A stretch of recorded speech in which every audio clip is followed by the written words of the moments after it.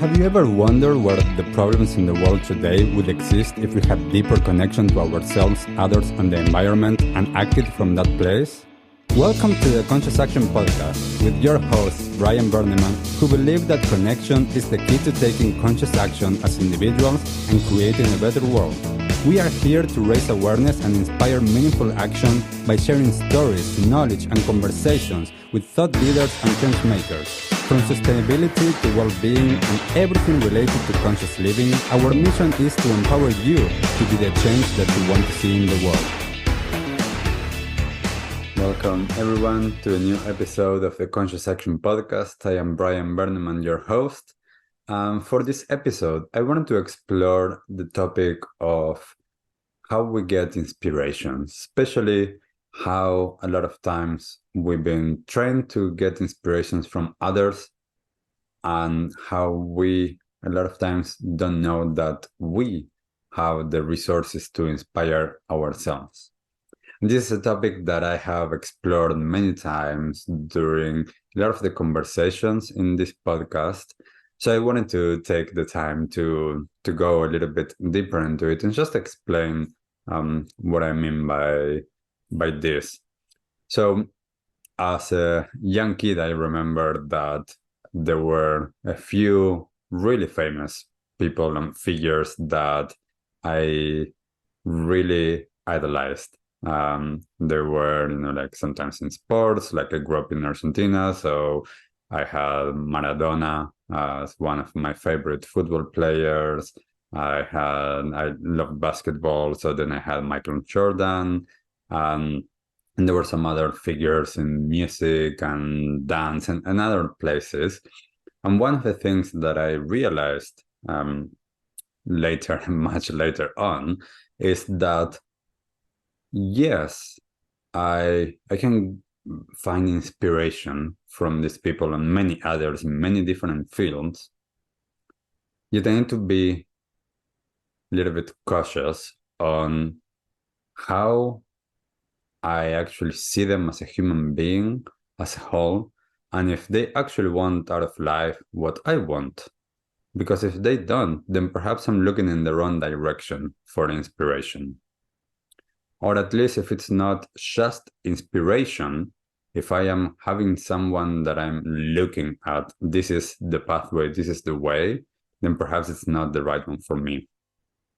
So, for example, like I not know that many people around the world perhaps don't know this, but Maradona, the football player, he is for many the best in history. For many, he's one of the top players. It doesn't matter whether he is one of those or not for someone, but one of the biggest things was that him as a person in his personal life, things weren't great, to put it lightly. And he had a lot of different issues with drugs and alcohol and a lot of things that comes from his background, like growing up in a slum, poverty, and then being so famous, and like a lot of different things that come with it. And I'm not here to judge of why he did the things that he did.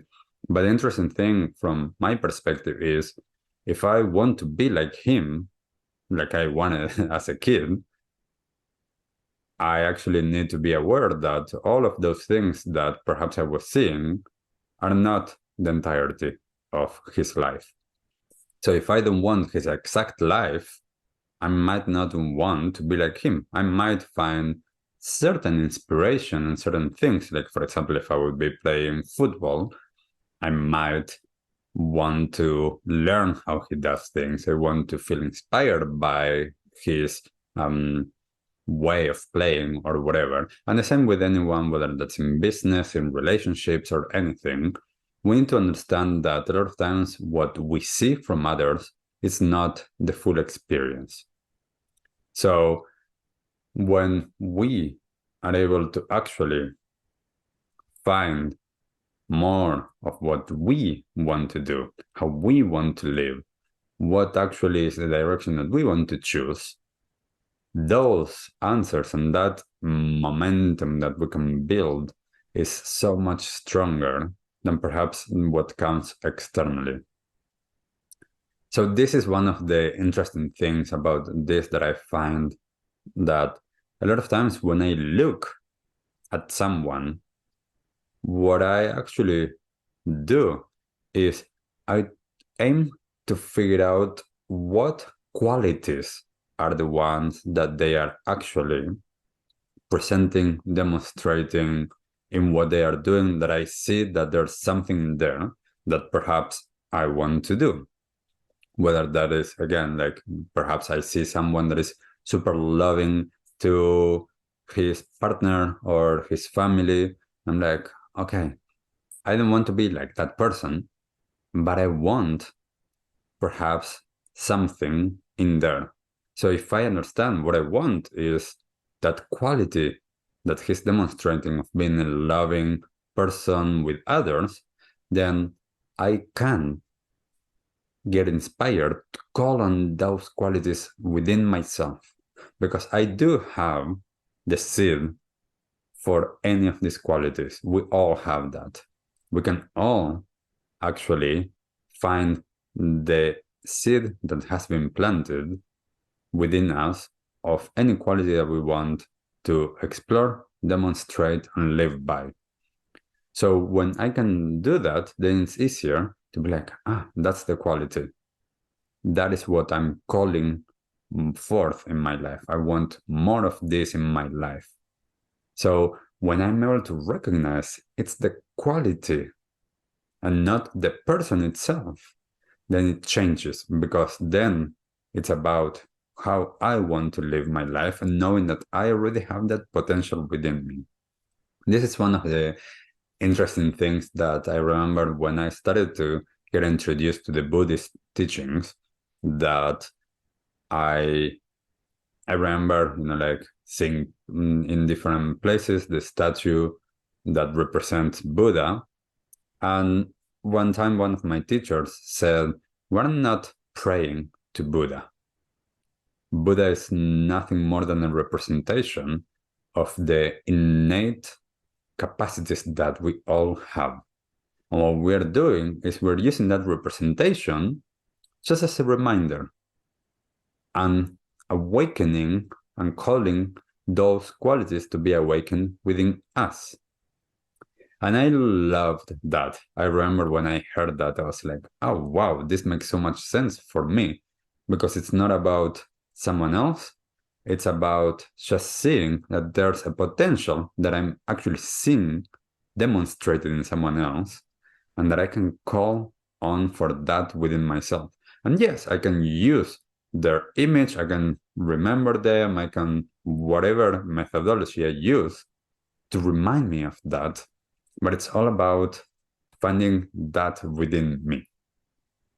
So I hope that this little conversation that I've been having with myself now has prompted you to question, when you see someone, especially famous people, to see if you're seeing them as a whole, if you're actually finding inspiration in them, or if you're noticing those qualities in them and you would like to awaken that in you. It's a slightly different perspective, a change on how we're seeing inspiration, because we can get inspired by so many different things. Just in the shower, taking a shower, we can be inspired. Going for a walk, we can find inspiration, because inspiration is those moments that we tap into something. And when we tap into something, it doesn't matter whether it comes from you, from me, from anybody else. It's about the allowing for that to unfold. Whether we do something with it or not, it doesn't matter, because it's about the experience in the moment to allow whatever creative, energetic forces are coming through. And that's the beauty of it. And I find that for me all of the time, that I know I have the power all of the time. Everything is within my possibilities. That, Doesn't mean that I'm going to make everything like this or that I can achieve everything. It's not about that. It's about the understanding that I am such a creative, powerful being that I can actually call for all of these different potentials and to make my life different and to change my life in the way that I want. And I can keep on changing that. And I can call for more qualities that I can see in you, in that other person, in a person on TV, a singer, a poet, an artist, a sports athlete. It doesn't matter who it is. It's about sometimes the feeling. So when we are seeing someone, it's about, wow, like perhaps someone that in business is doing really well. And it's like, what of that is it that I recognize that I perhaps want? Like, I don't want to be that person because I don't want to do whatever they have been doing. And I don't know everything else around their life besides that specific part that I'm looking at. But how would that make me feel?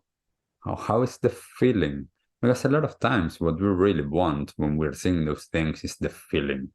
It's not about the thing, it's about the experience and the feeling that is behind it. So again, I would love for you to see if this makes sense. And if it doesn't, just disregard this complete chat that I've had. It's about finding what resonates with each of us and going with that. And if there's anything that you find inspiration from something, wonderful. Take that on. Just being conscious of seeing what it is that you are calling into your life if you are actually wanting to be like someone else that is not you. Because everybody's unique, everybody's their own person, everybody has their own history and their own path. I want to be me. I want to have my own path, and I can find inspiration. I can actually see others and be like, oh, interesting. So I would love to know for you, who are the people or where do you find inspiration? How is that for you? Does this make sense what I've said, actually seeing the whole experience and the whole part of who we feel inspired by to see if we want to be the same? Let us know in the comments, just anywhere that you're finding this episode. And as always, thank you for being here. Thank you for listening and sharing. And I'll see you all in the next episode. Bye. What did you like the most about this episode? Take a moment to think about what change you can make in your life today. Share your conscious action on social media using #ConsciousAction and tagging @ConsciousActionNZ so we can celebrate your impact on the world and create a ripple effect. One easy action we would love for you to take right now is to share, like, and subscribe to this podcast. This will help us get these messages out into the world and inspire more people to take conscious action in their own lives, contributing to the better world we hope for.